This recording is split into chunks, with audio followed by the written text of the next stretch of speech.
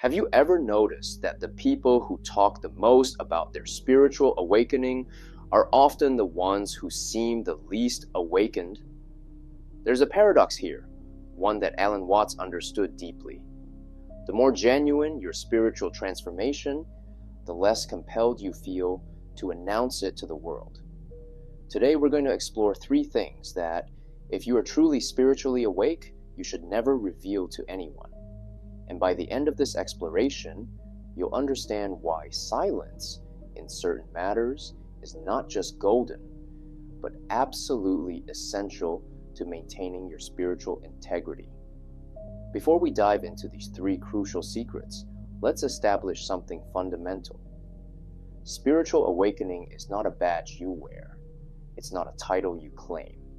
It's not something you use to distinguish yourself from others or to create a hierarchy where you stand above those you deem less conscious. The moment you begin using your spiritual experiences as a form of social currency, you've already lost the essence of what you supposedly discovered. Alan Watts often reminded us that the menu is not the meal, the map is not the territory, and the description of awakening is not awakening itself. When you have a genuine spiritual experience, something shifts in you at such a profound level that words become almost irrelevant. You realize that trying to capture that experience in language is like trying to capture the ocean in a teacup. And yet, the ego, that persistent voice that always wants to be special, always wants to be recognized, will tempt you to share, to explain, to convince others of what you've experienced. This is where the first secret becomes crucial. The first thing you must never reveal is your spiritual experiences themselves. Now you might be thinking, why not? Shouldn't we share wisdom? Shouldn't we help others along their path? And yes, there's truth in that impulse, but there's a vast difference between sharing wisdom and broadcasting your experiences. When you share the specific details of your mystical moments, your peak experiences, your encounters with what you perceive as the divine or the absolute, you open yourself up to a multitude of problems that can actually undermine the very experience you're trying to honor. Think about it this way. Imagine you've just witnessed the most breathtaking sunset of your entire life. The colors were beyond description. The feeling it evoked in you was transcendent. Time seemed to stop, and you felt connected to everything in existence. Now imagine trying to explain this to someone who wasn't there. No matter how eloquent you are, no matter how many words you use, you cannot transfer that experience to them. They might understand intellectually what you're describing, but they cannot feel what you felt. The experience remains yours alone. But here's where it gets tricky with spiritual experiences. Unlike a sunset, which others can verify exists in the physical world, your inner spiritual experiences are entirely subjective. They happen in a realm that only you have access to. When you describe them to others, you're asking them to take you at your word about something they cannot possibly verify. And this creates several problems. First, it invites judgment. Some people will think you're delusional. Others might think you're arrogant or attention-seeking. Some might be envious and respond with hostility. Others might put you on a pedestal, which is equally dangerous because now you're expected to maintain an image that reinforces their projection onto you. None of these responses serve your spiritual development. They all pull you out of the authentic experience and into the realm of ego management. Second, when you verbalize a spiritual experience, you inevitably distort it. Language is a tool designed to describe the physical world, the world of objects and separate things. But spiritual experiences often involve the dissolution of boundaries, the recognition of non-duality, the transcendence of subject and object. How do you use a dualistic tool like language to describe a non-dualistic experience? You can't, not accurately. And in the attempt, you create a false version of the experience, a mental construct that replaces the living reality of what actually happened. Alan Watts spoke about this extensively. He pointed out that the Tao that can be spoken is not the eternal Tao. The moment you name it, define it, explain it, you've created something else entirely. You've created a concept, an idea, a mental object. And now, instead of having had a direct experience of reality, you have a story about an experience. And it's a story that you'll start to defend, modify, embellish, and cling to. The living experience dies and becomes a memory, and then a narrative, and eventually just another part of your ego structure. Third, sharing your spiritual experiences prematurely dissipates their transformative power. Think of these experiences as seeds that need to germinate in darkness before they can sprout. If you dig them up constantly to show others what's happening, you interrupt their natural development. Spiritual experiences need time to integrate into your being, to change you at deep levels, to rewire your habitual patterns of thought and behavior. This happens in silence, in contemplation, in allowing the experience to work on you without interference. When you immediately broadcast what happened, you shift your energy from integration to explanation. You move from being transformed by the experience to performing the experience for an audience. And this performance aspect is where the ego reasserts itself most insidiously. You start to gauge people's reactions. Did they seem impressed? Did they understand? Did they validate your experience? And suddenly, the experience itself becomes less important than others' responses to your description of it. There's also the matter of spiritual materialism, a term coined by Chogyam Trungpa. This is when we use spiritual experiences, practices, and attainments as a way to build up our ego rather than transcend it. We collect experiences like trophies. We name drop the traditions we've studied, the teachers we've sat with, the profound insights we've had. We're essentially using spirituality to make ourselves feel superior, special, more evolved than others. And the irony is that this is the exact opposite of what genuine spiritual awakening reveals, which is that there is no separate self to be superior in the first place. Alan Watts understood that the person who truly sees through the illusion of the separate self has nothing to prove, and no one to prove it to. They don't need to announce their awakening because they're not identified with being the kind of person who is or isn't awake. The whole framework of me versus others, awake versus asleep, enlightened versus ignorant, dissolves. And with it goes the compulsion to position yourself anywhere on that imaginary spectrum. So what do you do with spiritual experiences if you don't share them? You let them work on you. You sit with them. You allow them to reveal their depths over time. You notice how they change your behavior, your relationships, your moment-to-moment experience of being alive. If they're genuine experiences, they'll bear fruit naturally. You don't need to announce the fruit. People will taste it in your presence. This doesn't mean you never discuss spiritual matters. It means you're discerning about what you share, with whom, and why. If someone is genuinely seeking and you have something that might help them, you can point them in a direction without making it about your personal experiences. You can share principles, practices, questions to contemplate, but you don't need to say, I had this amazing experience where I dissolved into infinite consciousness and realized we're all one. You can simply live from that recognition and let it inform how you show up in the world. Now let's move to the second thing you should never reveal, your future plans and intentions.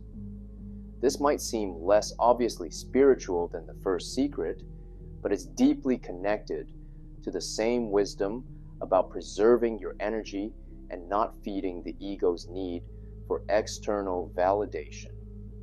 There's a strange alchemy that happens when you speak your intentions into the world prematurely. You get a hit of satisfaction, a little burst of accomplishment, just from telling people what you're going to do.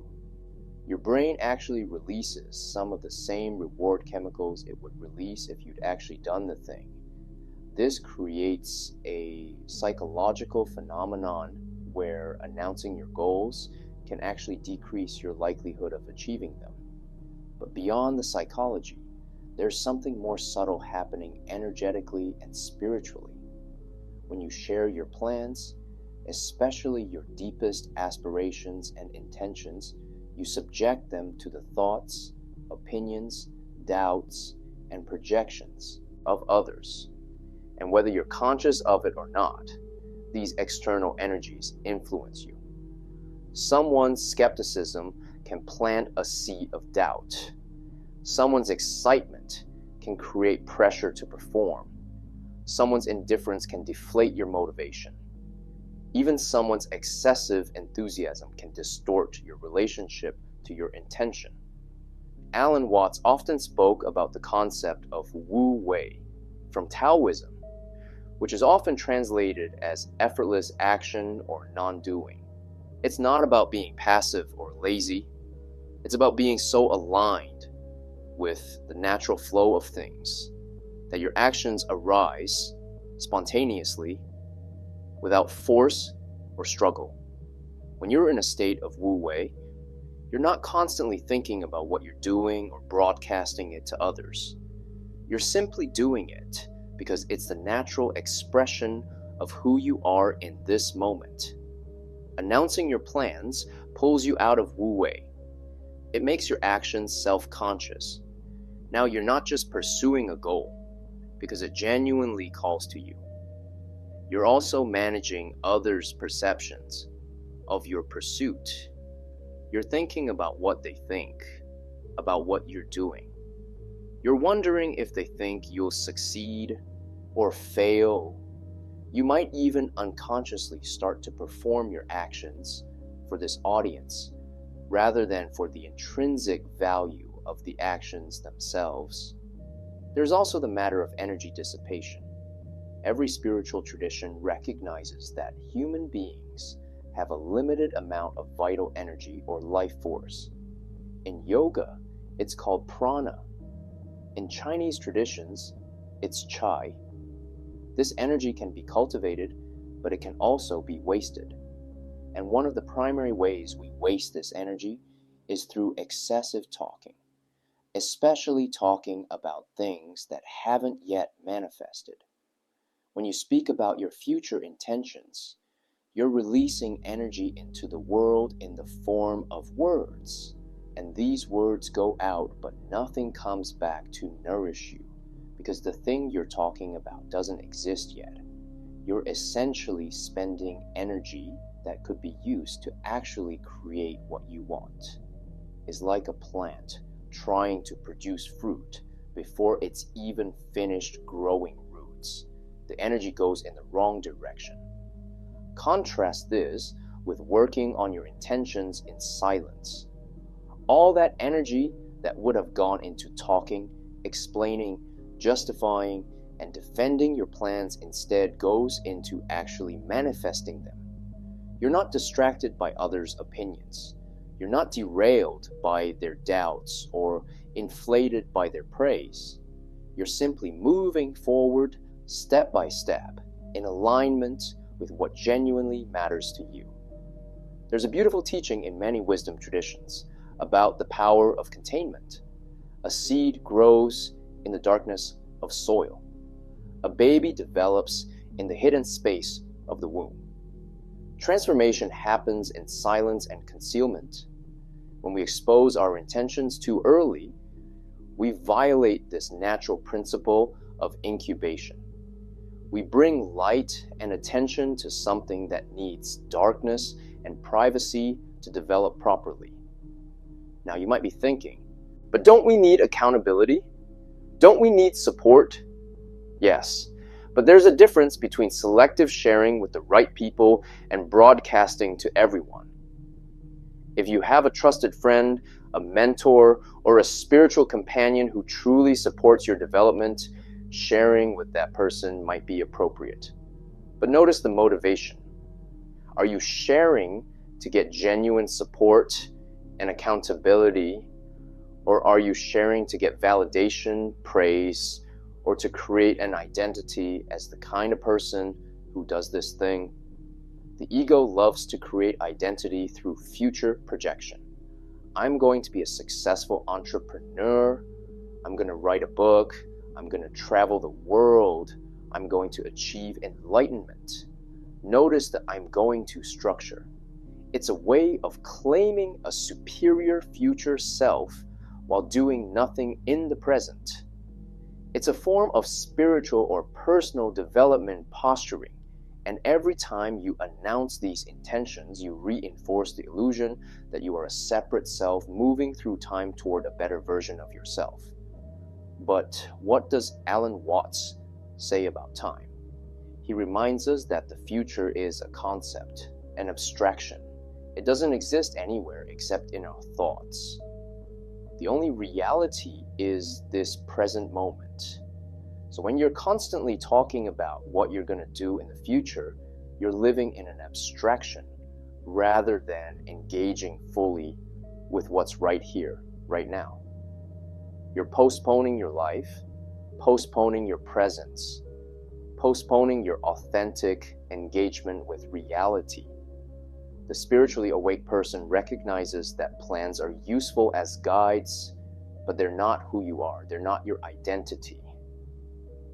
And they're certainly not something you need to advertise. You hold your intentions lightly, you move toward them when it feels right, and you remain open to how reality might surprise you along the way. You're not attached to a specific outcome, because you understand that attachment itself is suffering. This brings us to an important point about control. When you announce your plans, there's often an unconscious attempt to lock in a certain future to make it more real by having witnesses to your declaration. It's as if you think that by telling people, you've somehow made a contract with reality that now has to be fulfilled. But reality doesn't work that way. Reality is fluid, dynamic, constantly changing. The moment you try to grasp it and fix it in place, you create suffering for yourself. The Taoist sage moves with the flow of reality rather than trying to control it. If the river is going east, they go east. If it curves north, they follow. They don't stand on the bank, announcing to everyone which direction they're going to travel tomorrow. They're too busy being present to the actual movement of the water right now. So practice keeping your intentions sacred by keeping them private. Let your actions speak. Let the results, if they come, be what people see. Don't announce the journey, just take the steps. This doesn't mean you can't make practical arrangements or communicate when necessary. If you're starting a business, you'll need to tell certain people certain things. But there's a difference between necessary communication and unnecessary broadcasting. Learn to feel the difference in your body. One feels grounded and practical. The other feels like it's seeking something from the listener, approval, validation, a specific reaction. And notice what happens when you stop announcing your plans. You'll feel more energized. You'll feel more focused. You'll feel less scattered and less dependent on others' opinions. You'll discover a kind of freedom that comes from not being bound by what you've told people you're going to do. You can pivot, adjust, change direction entirely if needed, without having to explain yourself or manage anyone's expectations or disappointment. This is the wisdom of the third thing you should never reveal. And this one might surprise you at first. Never reveal your acts of kindness or good deeds. In a world obsessed with virtue signaling and performing goodness for social approval, this principle feels almost radical, but it's essential to genuine spiritual development. Jesus said it beautifully. When you give to the needy, do not let your left hand know what your right hand is doing. This is not just about humility, though humility is part of it. It's about preserving the purity of compassionate action. The moment you publicize your good deeds, you've introduced a contaminant into the action.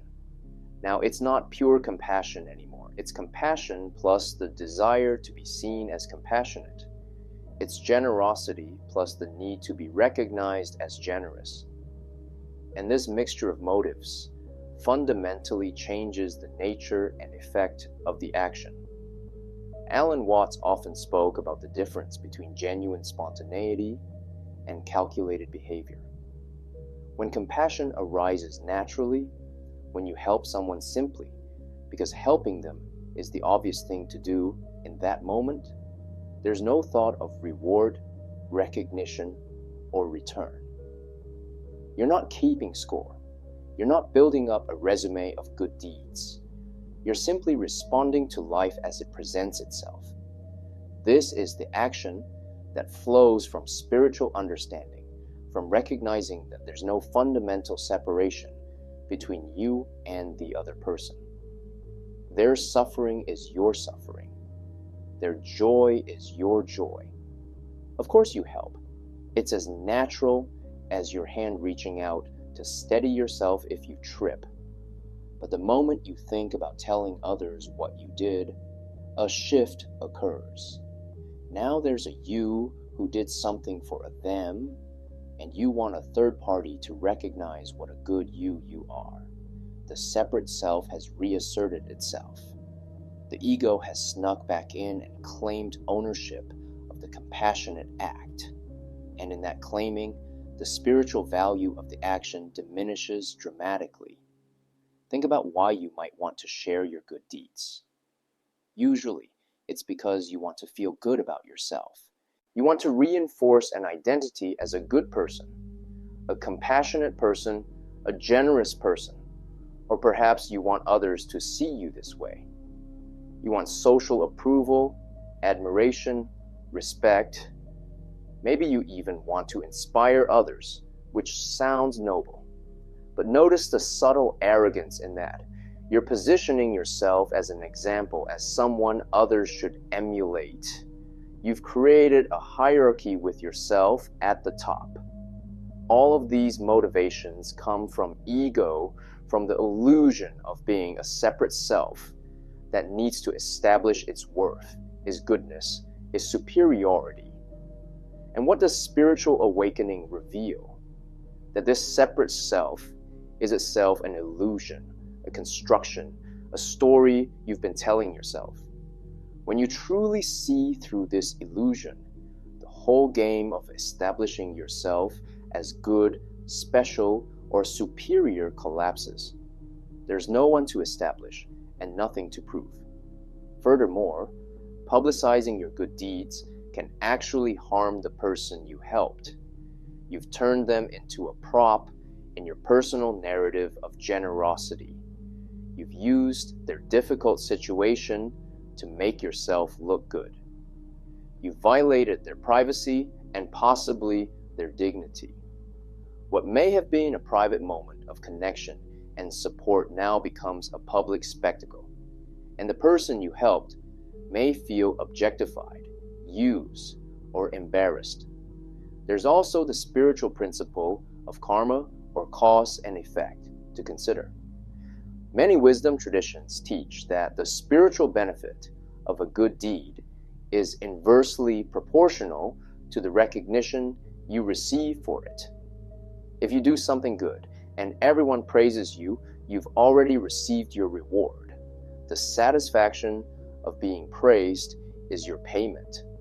But if you do something good and tell no one, there's a different kind of benefit that accrues, something that works on you at a deeper level, transforming your character rather than inflating your ego. The Bhagavad Gita speaks about karma yoga, the yoga of action, and emphasizes acting without attachment to the fruits of action. You do what's right because it's right, not because of what you'll get from it. This includes not being attached to getting recognition, gratitude, or anything else. You give freely, with no strings attached, not even the invisible string of expecting people to know what you did.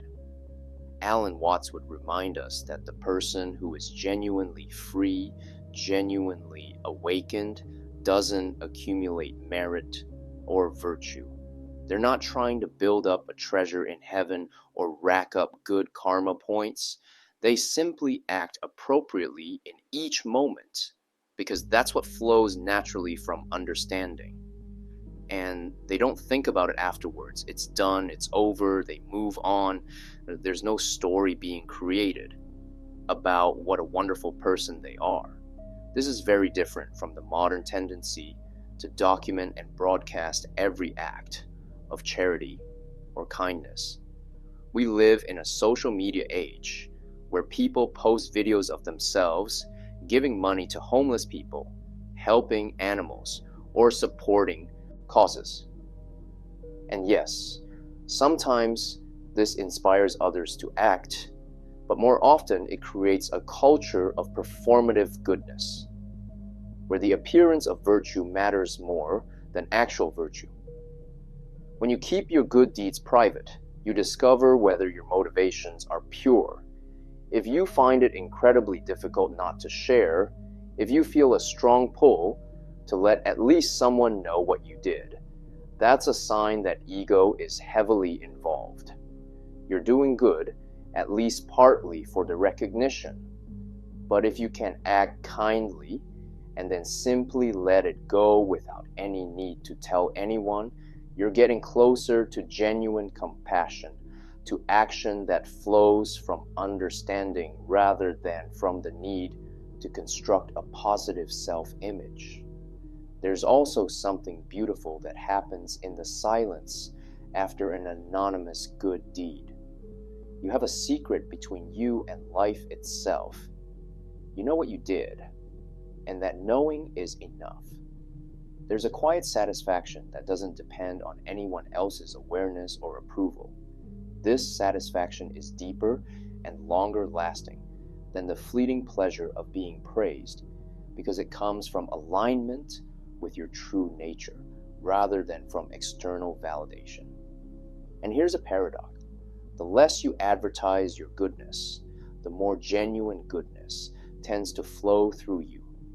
It's as if by keeping it private, you create a clear channel for compassion to express itself without the obstruction of ego. You become less self-conscious about being good, and therefore you can be more freely good. You're not performing goodness, you're simply being who you are, and kindness is a natural expression of that being. Now let's zoom out and look at what these three secrets have in common. Whether it's your spiritual experiences, your future plans, or your good deeds, the wisdom is the same. Keep certain things sacred by keeping them private. Don't feed the ego's endless hunger for recognition and validation. Don't dissipate your energy through excessive talking. Don't turn the sacred into social currency. There's a beautiful practice in many spiritual traditions called guarding the sense doors. Usually this refers to being mindful about what you take in through your senses. But there's another dimension to it, which is being mindful about what you put out, especially through speech. Every time you speak, you're releasing energy. Every time you share something, you're making it public property, subject to interpretation, judgment, and distortion. The spiritually mature person develops what might be called sacred selectivity. They know when to speak and when to remain silent. They know what to share and what to keep private. They understand that not everything needs to be expressed, explained, or broadcasted. Some things are meant to remain in the sacred space of your own being, where they can work on you and transform you without interference. This doesn't mean you become secretive or dishonest. It means you become discerning. You recognize that your inner life, your spiritual development, and your genuine intentions are precious. They deserve protection. And one of the ways you protect them is by not subjecting them to the inevitable distortions that occur when you try to translate inner realities into outer expressions for an audience that may or may not understand. Alan Watts often pointed to the difference between genuine wisdom and what he called spiritual chit-chat. Spiritual chit-chat is when people endlessly discuss spiritual concepts, compare experiences, debate whose teacher is more enlightened, and generally use spirituality as a form of entertainment or social bonding. There's nothing necessarily wrong with this, but it's important to recognize it for what it is. It's not the same as actual transformation.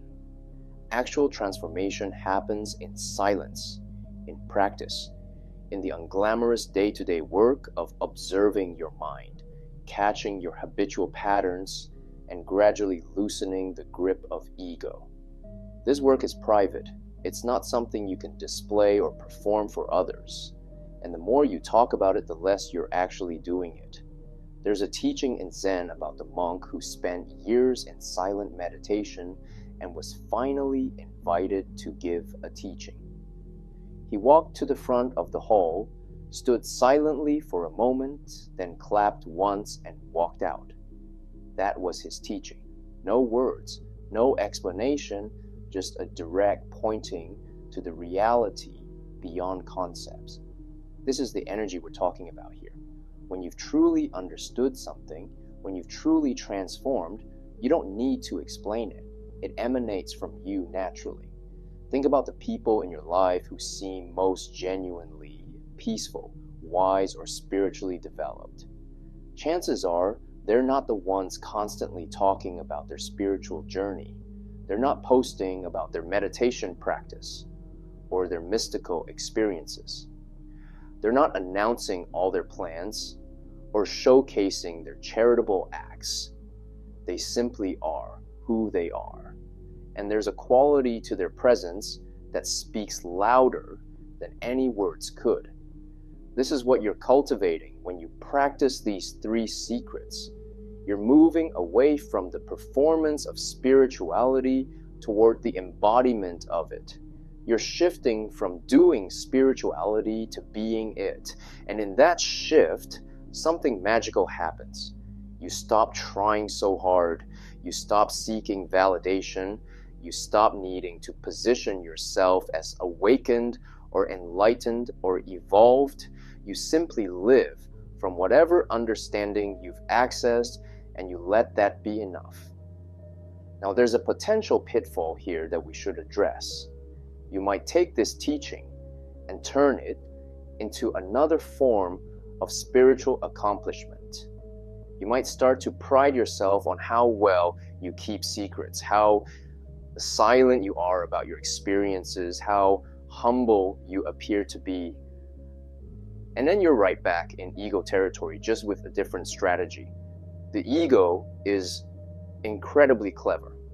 It will use anything, even teachings about transcending ego, to reassert itself. The key is to not make a big deal out of any of this.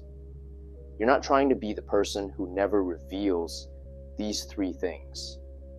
You're simply recognizing the wisdom in privacy and selectivity, and you naturally find yourself speaking less about certain matters.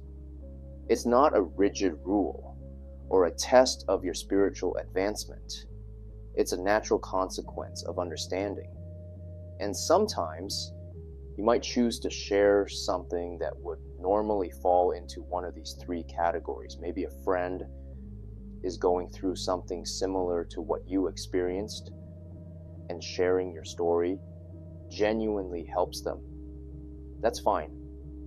The point isn't to create absolute rules, but to develop wisdom about when sharing serves a real purpose versus when it's just feeding ego.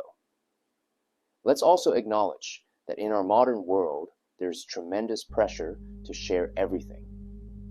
Social media has created a culture of constant broadcasting. We're expected to document our lives, share our thoughts, announce our plans, and showcase our good deeds. There's almost a social obligation to be transparent about everything. And yet, this constant exposure comes at a cost. We become addicted to the feedback, the likes, the comments, the validation. We start to experience our lives through the lens of how we'll present them to others rather than simply living them. Choosing to keep certain things private is an act of rebellion against this culture. It's a way of reclaiming your inner life, your sovereignty, your spiritual autonomy. You're saying not everything is for public consumption. Not everything needs to be shared, liked, and commented on. Some things are sacred, and sacred things deserve to be protected. Alan Watts lived in an era before social media, but he understood the same principle. He saw how people use spiritual seeking as a form of ego enhancement. He watched people collect experiences and philosophies like trophies. He recognized that the Western approach to spirituality often turned it into another form of consumerism, another way to build up the self rather than see through its illusory nature. His teaching was always pointing beyond all of that. He was trying to help people recognize what they already are rather than become something new. And in that recognition, there's a natural falling away of the need to prove, to announce, to display. You realize you have nothing to prove because there's no separate you to prove anything about. You realize you have nothing to become because you already are the deepest reality, just playing the game of being a separate person. From that understanding, the three secrets we've discussed aren't really secrets at all. They're just natural expressions of wisdom. You don't talk about your spiritual experiences because you know words can't capture them, and you don't need validation for something you directly experienced. You don't announce your plans because you're more interested in actually doing things than in being seen as the kind of person who does things. And you don't showcase your good deeds because you weren't keeping track in the first place. You just responded naturally to what life presented, and then you moved on. This is the simplicity on the other side of complexity. You start your spiritual journey thinking there are all these things you need to do, achieve, and become. You accumulate practices, beliefs, and experiences. And then, if you go deep enough, it all drops away. You realize you're not going anywhere because there's nowhere to go. You're not becoming anything because you already are everything. And in that realization, life becomes extraordinarily simple. You wake up, you live your day, you respond to whatever arises with whatever wisdom and compassion are available to you in that moment. You make mistakes, you learn, you grow, but you're not making a big production out of any of it. You're not the star of a spiritual drama. You're just a human being, as mysterious and miraculous as every other human being, doing your best to live with presence, integrity, and openness. The three secrets, then, are really about protecting this simplicity. They're about not allowing the ego to turn your spiritual life into a performance, your plans into a source of validation, or your good deeds into a resume of virtue. They're about staying close to what's real, what's direct, what's actually happening, rather than getting lost in narratives about what's happening. And here's the ultimate secret, the one behind the three secrets. You don't need to be spiritually awake to benefit from this wisdom. You don't need to have achieved any particular state or attained any special understanding. You can simply recognize right now that there's wisdom in privacy, in silence, in not broadcasting everything. You can notice how it feels to keep something sacred by keeping it to yourself. You can experiment with speaking less and being more.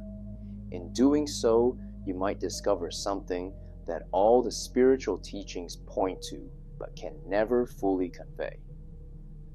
You might discover the profound peace that comes from not needing to prove anything to anyone, including yourself. You might discover the freedom that comes from not being bound by others' opinions, expectations, or judgments. You might discover the joy that comes from acting without expectation of reward or recognition. And all of this is available to you not in some distant future when you finally become enlightened, but right here, right now, in this present moment. Because this present moment is all there ever is. The future you're planning for is a thought happening now. The past experiences you might be tempted to share are memories arising now. The good deeds you might want credit for happened in a now that's already gone, and the recognition you seek would happen in a now that hasn't arrived yet. But this now, this actual present moment, is beyond all of that. It's prior to the storytelling mind, prior to the comparing mind, prior to the seeking mind. And when you rest in this now, without adding anything to it, without needing it to be different, without needing to explain it or broadcast it or turn it into a story, you taste freedom. Not the freedom of getting what you want, but the freedom of not needing anything other than what already is. This is what Alan Watts spent his life pointing toward. Not another belief system, not another set of rules, not another spiritual path to follow, just a simple recognition of what you already are, what reality already is, prior to all the stories and concepts and seeking. And from that recognition, everything else flows naturally. You don't need rules about what to reveal or not reveal. You simply know, moment by moment, what serves the situation and what doesn't. So yes, guard your spiritual experiences, your future plans, and your acts of kindness. Keep them sacred. But don't turn this into another spiritual achievement. Simply recognize that some things are too precious to parade in public, too intimate to share casually, too sacred to turn into social currency. And in honoring that recognition, you honor the deepest part of yourself, the part that exists beyond all the noise, all the seeking, all the performing.